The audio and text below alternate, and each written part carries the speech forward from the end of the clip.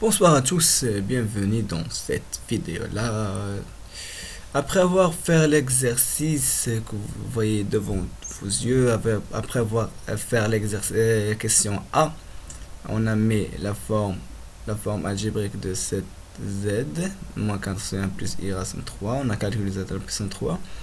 Et après ça, on a déterminé le module l'argument de 1 plus z. Vous pouvez voir le vidéo sur ce lien là. Alors maintenant je vais vous faire cette deuxième question, mais d'une autre manière, c'est-à-dire on a déjà fait une manière directe, mais maintenant je vais vous faire cet exercice d'une manière très rapide, et si vous voyez des choses comme cet exercice, vous pouvez faire la même méthode que je vais faire tout de suite. Bon, on a dit un z c'est 1 plus c'est exponentiel, donc 1 plus z c'est 1 plus exponentiel et θ avec θ entre 0 et pi, je pense entre 0 et pi.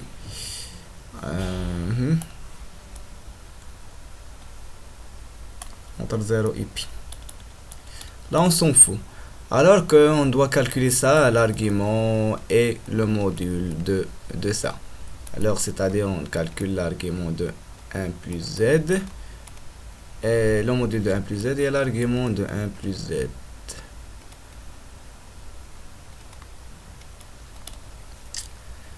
Alors, je vais vous donner un astuce simple. Ici 1 c'est quoi? C'est 1, c'est la même que exponentielle i0, car exponentielle 0 c'est 1, plus exponentielle i θ. Vous pouvez prendre le milieu de ce 2, ici c'est 1 fois θ. D'abord, ici c'est comme multiple 1. On prend le milieu de ça. On a 0, on a 1. On prend le milieu. C'est quoi le milieu de 0, 1? C'est bien sûr 0 plus 1 sur 2, c'est 1 demi. Et on doit factoriser par ce milieu-là. Donc, on doit factoriser par exponentielle i θ sur 2. Facteur de quoi? Facteur ici, si on veut 0, c'est-à-dire on veut ici, on veut un moins.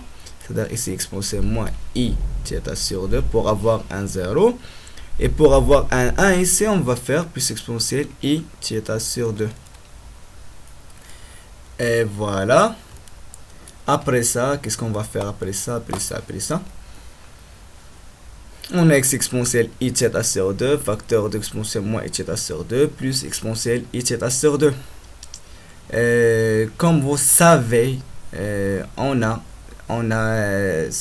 par exemple z, on prend z égale exponentielle i θ, c'est-à-dire cosinus θ plus i sinus θ.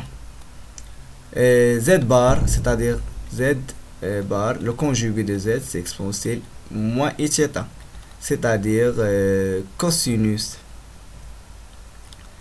θ, car cosinus de moins θ, c'est la même que cosinus θ moins i sinus θ. Si on regroupe ça, si on fait z plus z bar, qu'est-ce que va donner z plus z bar? Ça va nous donner 2 cosinus θ plus 0 fois sinus θ, c'est 0. Et voilà, on a ici z, c'est exponentielle i θ sur 2, z bar, c'est exponentielle moins i θ sur 2. Alors, t'es égal à quoi? T'es égal à 2 cosinus exponentielle i θ sur 2, facteur de cosinus θ sur 2. Et voilà, comme on a fait dans la dernière vidéo, on a trouvé que ça, c'est le module.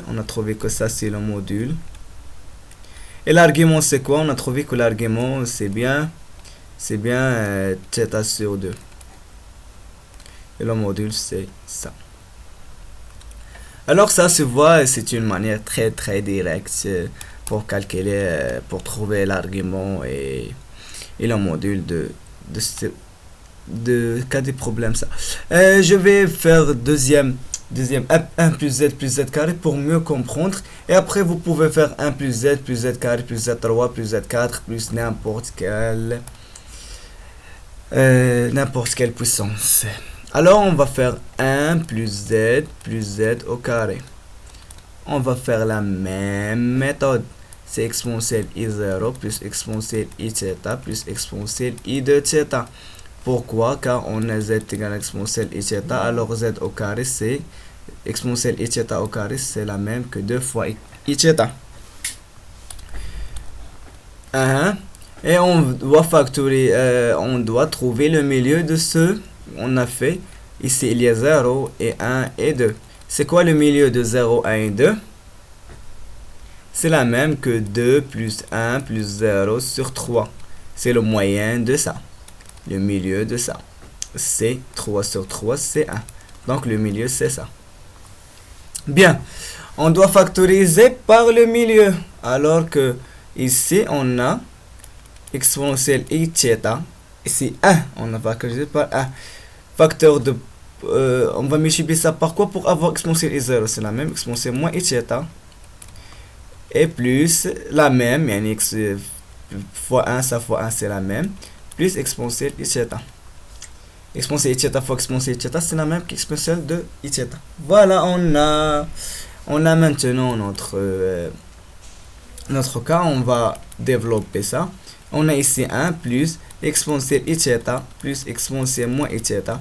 Comme on a dit dans ce que j'ai dit dans le premier exemple, on a 6z plus z bar est égal à 2 cosinus de le réel de z, c'est-à-dire 2 cosinus de θ. 6z est égal à exponentielle i-θ. Et voilà, c'est la même chose, c'est ici 2 exponentielle θ, c'est égal à exponentielle i-θ fois 1 plus 2 cosinus θ. Alors voilà notre solution. C'est quoi le module? Le module, c'est ça. Module. L'argument, c'est quoi? C'est ça. L'argument. Et voilà notre solution de cet exercice. Vous pouvez la faire. Vous pouvez pas maintenant faire 1 moins z plus z au carré. J'ai trouvé dans un examen, j'ai trouvé le module de l'argument de 1 moins z plus z au carré.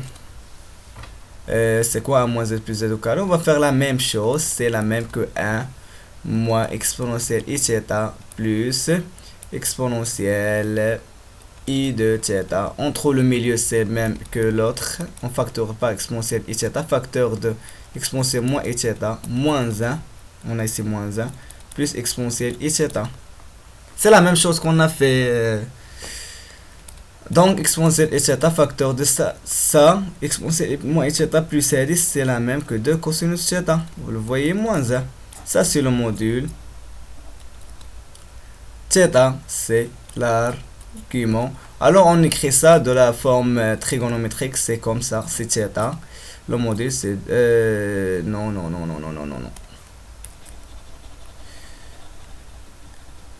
On écrit ça d'abord. On écrit le module, le premier, de cosinus θ moins 1. Et on écrit l'argument, le dernier, c'est... Et voilà, on a vu comment maintenant faire ces choses. Calculer le réel et le... j'ai dit calculer le module, l'argument de ces choses comme ça. Vous pouvez maintenant faire 1 plus z au carré plus z à la puissance 3. C'est facile, vous pouvez faire ça. Vous pouvez faire 1 moins z plus z au carré moins z3 plus z4, etc. Ça paraît facile. C'est la même méthode, ça passe partout. Et voilà, on a fini notre deuxième question. Alors, on va maintenant à la troisième question. Trouver les entiers n appartenant à n tels que 1 plus i racine 3 à la puissance n soit un réel positive. 1 plus i racine 3 à la puissance n. Soit il doit être le réel de ça. On appelle ça i par exemple. Le réel de i doit être positif. On doit chercher n. Pour quelle valeur de n le réel de ça doit être positif. Alors toujours, si vous avez des puissances, pensez à la forme exponentielle. Pourquoi? Car si on a un exponentielle i θ à la puissance n, ça va être réduit en exponentielle in θ. Après, le cosinus et sinus, on va travailler seulement avec cosinus et sinus et ça va être plus facile. Maintenant, on doit chercher la forme trigonométrique de ça. On pose un z égale à 1 plus i racine 3. C'est quoi le module de z? Ça paraît facile, c'est racine de ça plus au carré. 1 au carré plus racine 3 au carré, c'est 2. Racine 4, c'est 2. Ça, je l'ai fait, vous pouvez voir dans la vidéo de comment trouver l'argument et le module. Et pour l'argument, on doit factoriser par ça, c'est-à-dire 2 facteurs de 1 sur 2 plus i racine 3 sur 2. Et cosinus de θ est égal à 1 demi, sinus θ est égal à racine 3 sur 2. Et on trouve θ qui est égal à, je pense, calculatrice.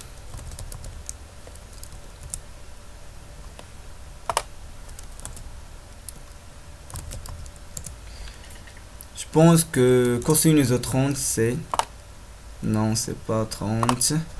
Cosinus de 60 c'est demi. Voilà, c'est 60, c'est P sur 3. Ou ici, c'est P sur 3. Et voilà. Et voilà, on a maintenant...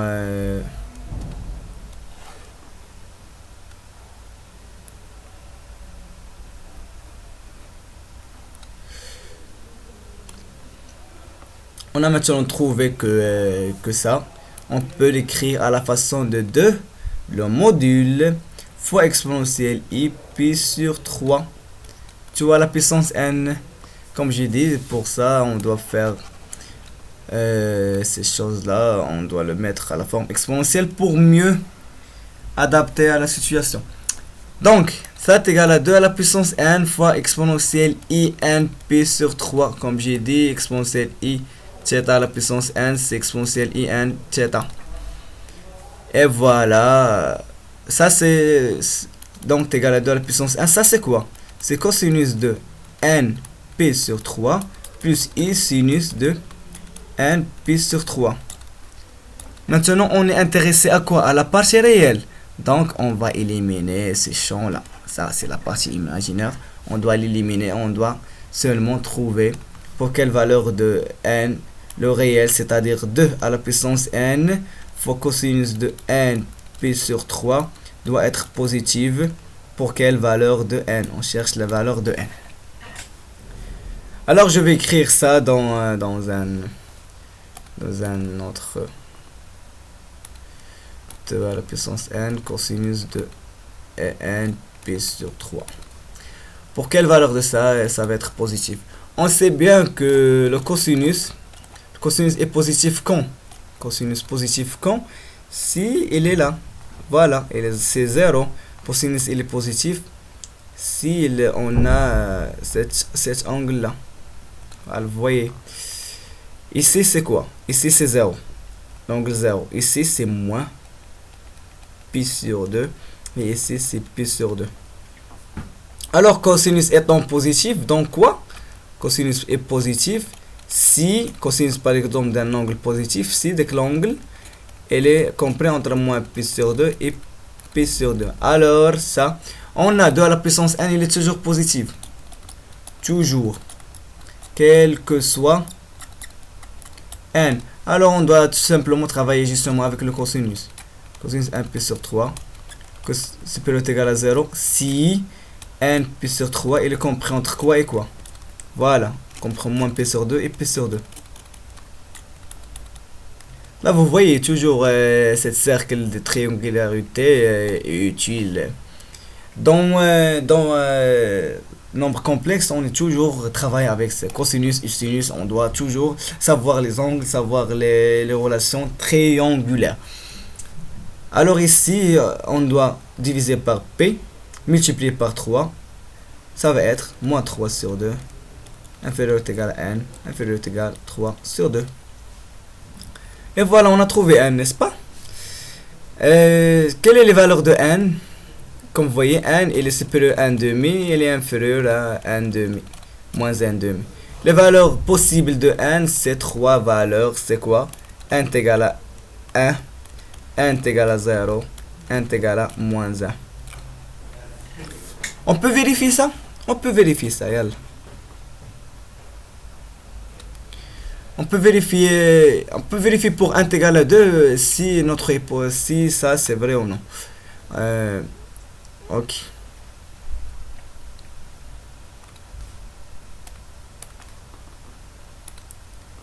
On a dit, en résumé, on a dit que 1 plus i racine 3 à la puissance n, sa partie réelle, on appelle ça i par exemple, sa partie réelle est positive si 1 est égal à 0, 1 est égal à 1, 1 est égal à moins 1. On vérifie 1 est égal à 2, on voit si la partie réelle de 1 est égal à 2 est positive, alors notre calcul et tout ce qu'on a fait est faux. Maintenant, on vérifie. Pour 1 est égal à 2, qu'est-ce qu'on a? 1 plus i racine 3 à la puissance 2. C'est 1 au carré plus 2 fois i racine 3 plus i racine 3 au carré. C'est 1 au carré moins, ici i au carré fois 3, c'est moins 3 plus 2 i racine 3. C'est moins 2 plus 2 i racine 3. Quelle est la partie réelle de ça? C'est moins 2. La partie imaginaire, c'est 2 racine 3. On a la partie réelle qui est inférieure à 0. Donc, pour 1 est égal à 2, le réel est négatif.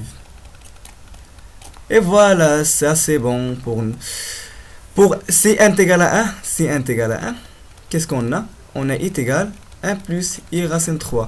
On a la partie réelle qui est positive. Alors c'est vrai. Pour 1 est égal à 0, on va. Si 1 est égal à 0, on a i est égal ça à la puissance 0. C'est 1. Il est positif, donc c'est bien. Si 1 est égal à moins 1, on a 1 sur 1 plus i racine 3. On doit la calculer. On va trouver que c'est vrai. C'est sûr que ce qu'on a fait est tout juste. Car moi, je te donne pas une solution qui est fausse, bien sûr. Alors, j'aimerais bien que vous avez compris les notions. Ça, c'est un très, très difficile exercice. Vous pouvez continuer cet exercice. Et à la prochaine. Si vous aimez le vidéo, partagez avec vos amis qui ont les mêmes cours. Et à la prochaine, Inch'Allah.